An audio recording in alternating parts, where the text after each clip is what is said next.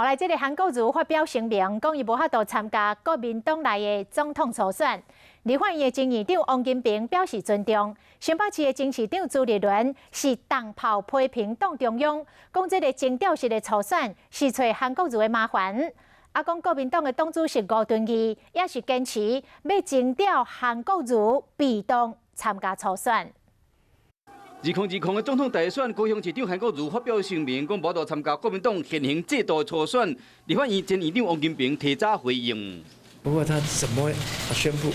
宣布的内容怎么样，我们都予以尊重。王金平心情看起来敢无受到韩国瑜声明的影响，要过国民党基站即摆充满着非韩不投的气氛，要中常委拍算日时的中常会提出特别办法。 解决征调甲党权的问题，就是要为韩国瑜甲鸿海董事长郭台铭解套。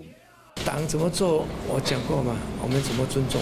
也是党的提名机制要去规定清楚，依照提名机制去走，我想这是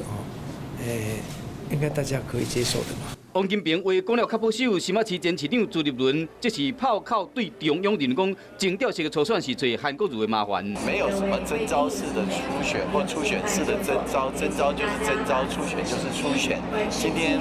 用这样的名词，其实就是 初选嘛，那我想韩国瑜市长我们当时的呼吁就是直接征召啊。那如果今天要用初选的话，觉得当然是造成他很多的困扰。不过国民党主席吴敦义坚持要征调韩国瑜被动参选初选，佮听讲将日27要到高雄举行午宴会，韩国瑜到底敢有要参选，同款无讲清楚，和国民党初选的态势也未明朗。